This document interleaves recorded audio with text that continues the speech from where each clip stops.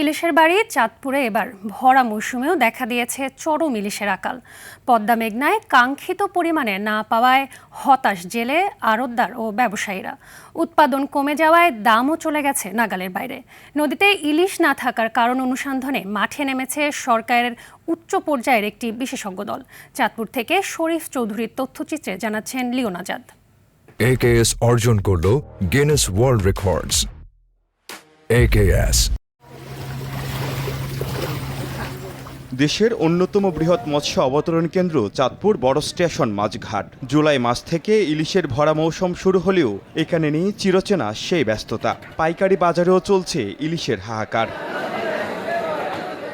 অন্য বছরগুলোতে এ সময় প্রতিদিন 1 থেকে 1,500 মন ইলিশ কেনাবেচা হলেও এখন আসছে মাত্র 40 থেকে 50 মন। সরবরাহ কম থাকায় বাজারে 1 কেজি ইলিশ বিক্রি হচ্ছে 3,500 টাকায়।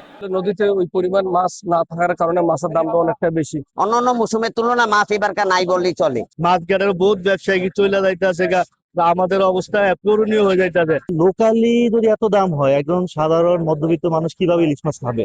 এদিকে ব্যবসায়ী নেতা বলছেন, কারেন্ট জালের ব্যবহার, নদী দূষণ ও মেঘনা নদীর বিভিন্ন ডুবোচরের কারণে ইলিশ কমে যাচ্ছে। একদিকে আমরা অভিযান সঠিকভাবে পরিচালনা করতে হবে, নদীর নব্যতাগুলি ঠিক করতে হবে। অনেক জায়গায় উঁচা চর পড়ে গেছে, মাছ গভীর সমুদ্র থেকে আমাদের এই নদীতে মোহনায় ঢুকতেছে না। ইলিশের এই অস্বাভাবিক সংকট কেন তা খতিয়ে দেখতে মাঠে নেমেছে বাংলাদেশ মৎস্য গবেষণা ইনস্টিটিউট এবং CEGIS এর 5 সদস্যের একটি বিশেষজ্ঞ দল। নেতৃত্বে রয়েছেন দেশের প্রবীণ ইলিশ গবেষক ডক্টর আনিসুর রহমান। দূষণ সহ খাদ্য কমতি বা কোনো বাধার সম্মুখীন হয়, এটি তো হচ্ছেই, বোঝাই যাচ্ছে যে তাদের জীবনচক্রে তারা একটা বিরূপ আঘাত পাচ্ছে। তো তারা যে কোনো সময় তাদের রুট পরিবর্তনও করতে পারে। স্থানীয় মৎস্য কর্মকর্তাদের মতে, নদীর নাব্যতা সংকট, ডুবোচর ও দূষণ রোধ করা না গেলে ইলিশের এই বিপর্যয় ঠেকানো কঠিন হবে। ভরা মৌসুমে নদীর চেনারূপ ফিরিয়ে আনতে দ্রুত কার্যকর পদক্ষেপ চান সংশ্লিষ্টরা।